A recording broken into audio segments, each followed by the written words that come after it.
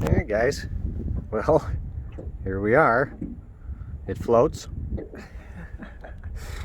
As you can plainly see, I'm out on my this little lake up in kind of northern lower peninsula of Michigan, Lake Ogama. It's a little private lake up here. Both sides of my family, my dad's side and my mom's side, have roots on this lake. Actually, my mom met my dad up here, so I've spent most of my childhood up here, summers up here. So I love this lake. So I figured, goodest place to any, to come up here and do some testing on this turd. The lakes around me down by Midland are all gone, as some of you probably know. The dam's all blue, so this is like the closest lake I can come to now anyway. So anyways, I've had it in the water actually a couple times. I have clips of each time it's been in the water. The first time was a fail.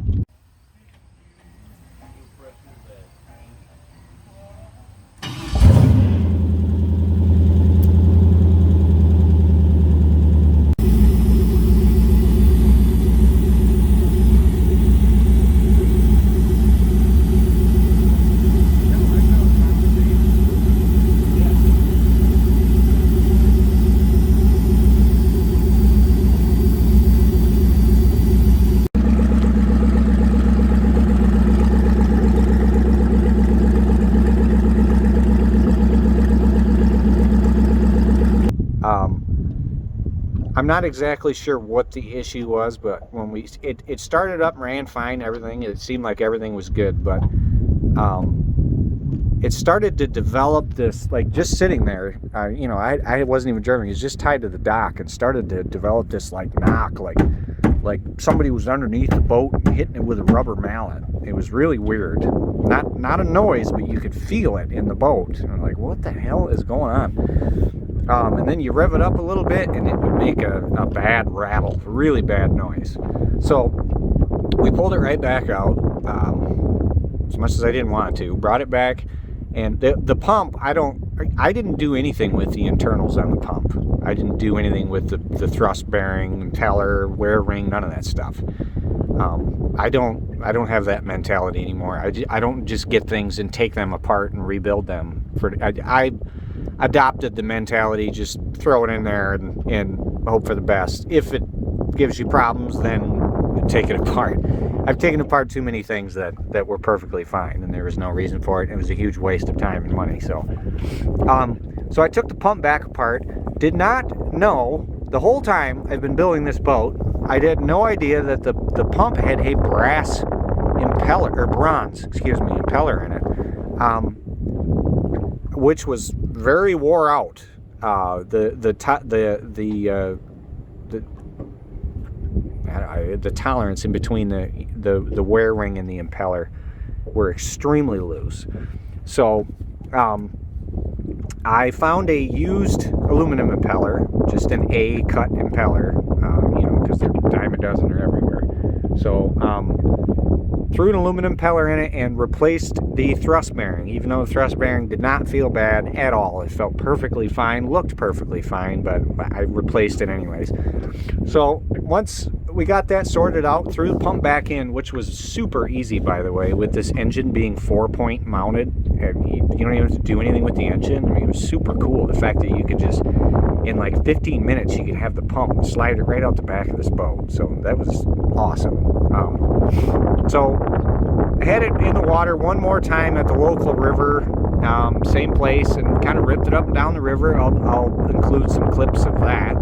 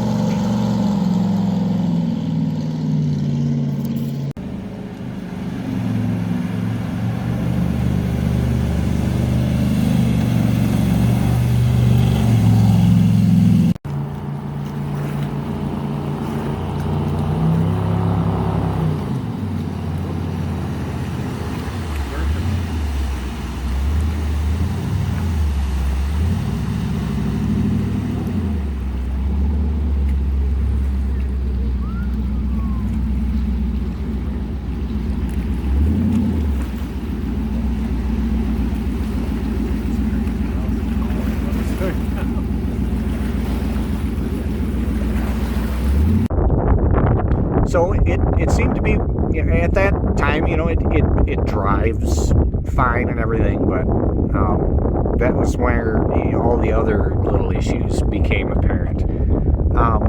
So I spoke with a dedicated viewer about this fuel system setup. The pump is working very well.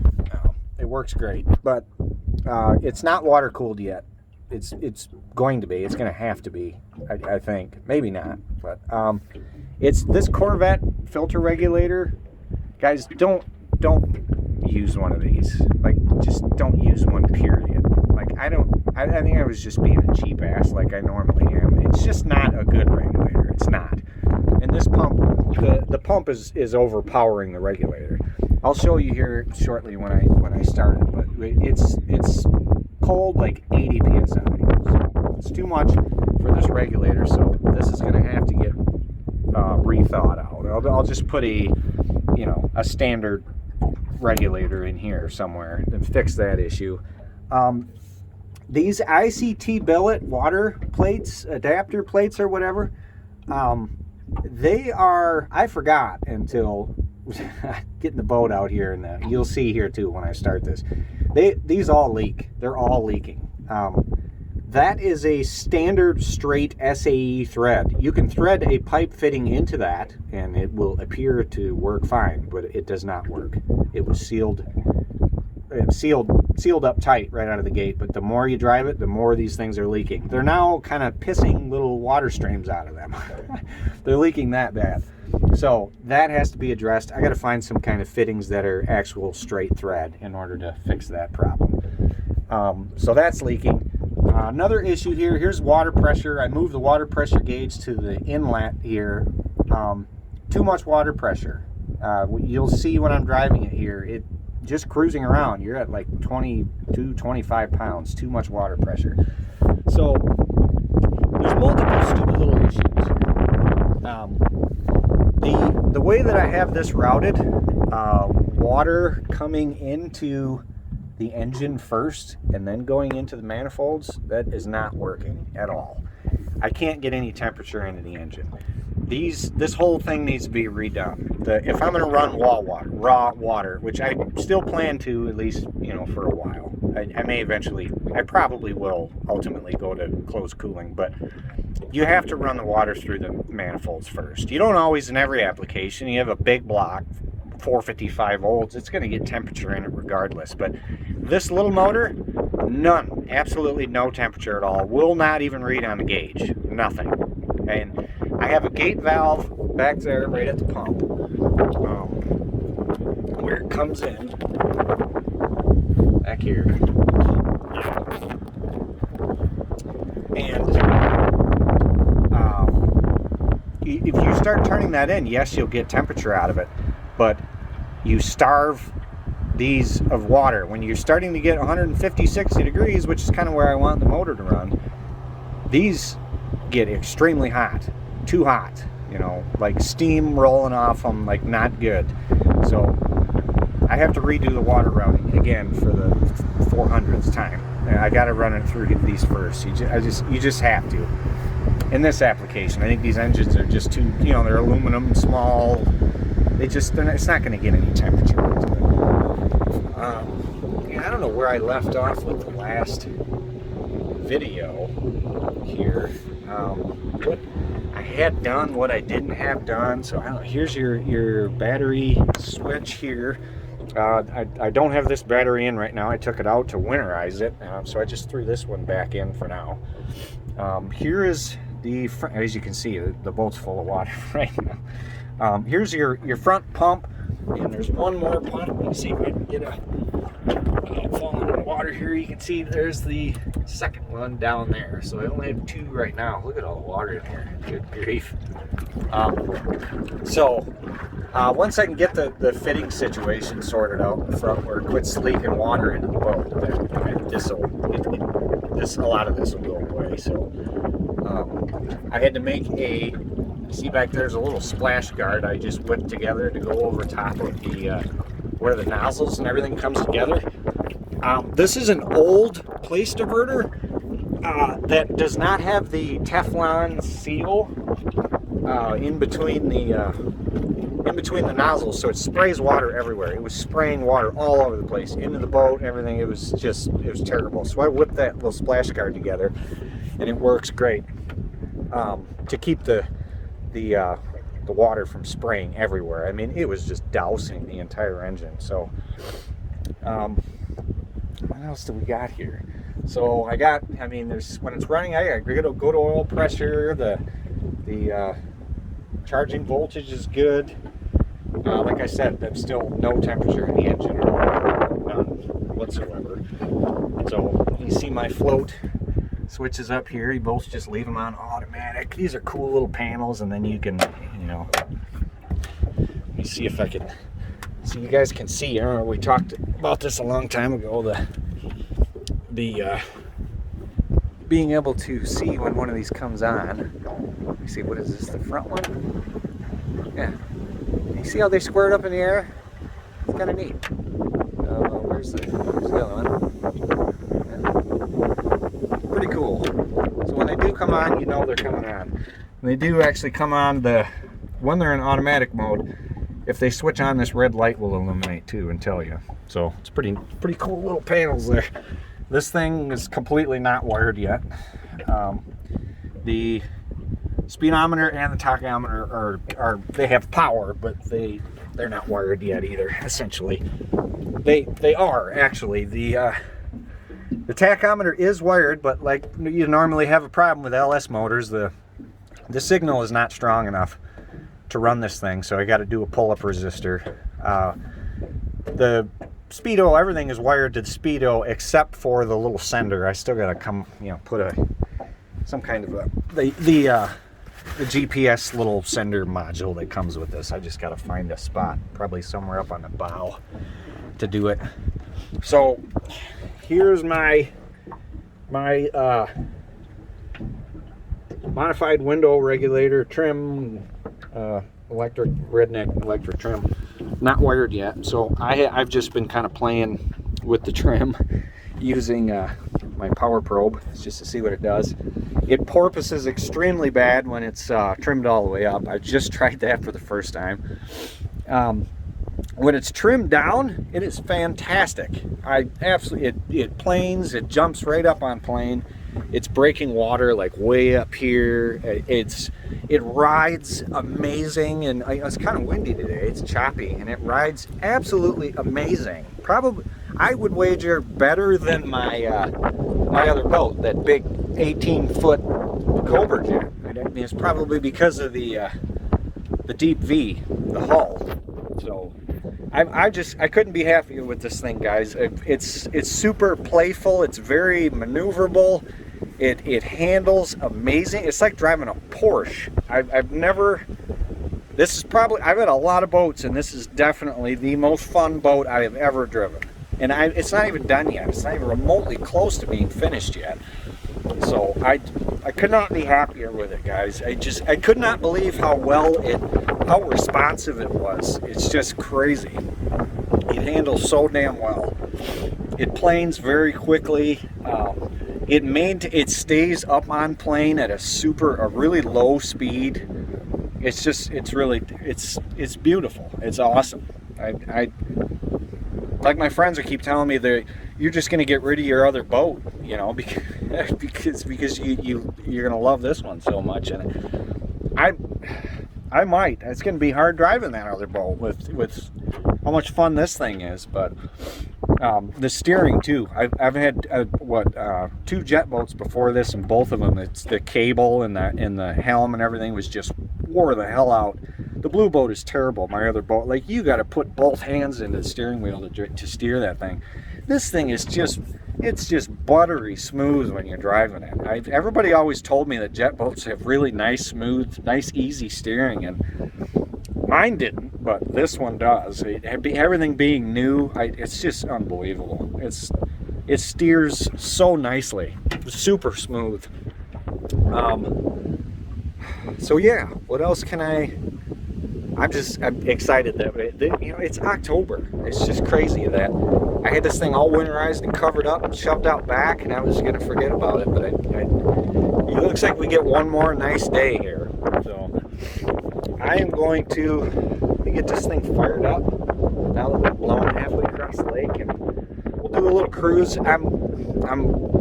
It's only me in here, so you have to excuse if the video isn't that great, because I'm going to try and hold the phone while I'm driving.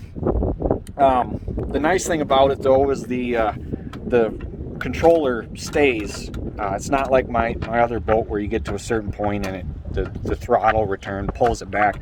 This thing stays wherever you leave it, so maybe I'll have a little bit better luck taking a video of the boat here. So, all right, here we go. How deep is it? Pretty deep.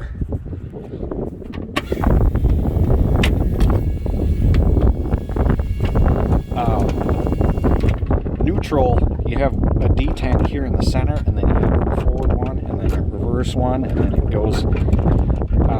The way that it's just wound up, neutral position is really not right here. It's kind of farther back. It's sort of like right here-ish. So to keep it, you know how jet boats are, they don't really have a neutral. So.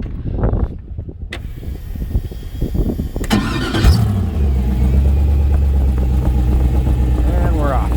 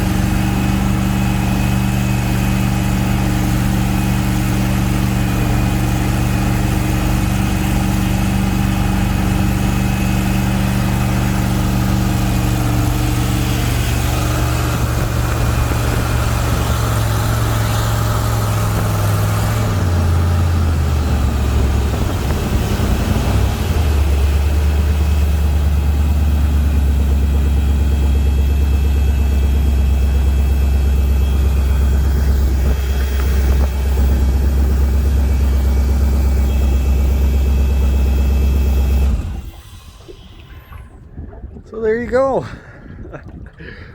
All right, it's kind of a goofy perspective from inside the boat. I had some of them clips earlier. You can kind of see the, but it's just I can't even put it into words, guys. It's just too much. It's so much fun to drive. And once it gets all the hood and everything gets on here and it's all quieted back down, because it's loud. I'm sure you guys can hear it, but there's a lot of engine noise. So I'm really looking forward to what it's going to sound like with the entire engine compartment on, but I'm going to leave that until springtime, and because there's so much other stuff I got to get done this winter. So yeah, thanks for watching, guys. Yeah, this will probably be it for, we'll dig this thing back out in the springtime, and we'll get her done. So thanks for watching.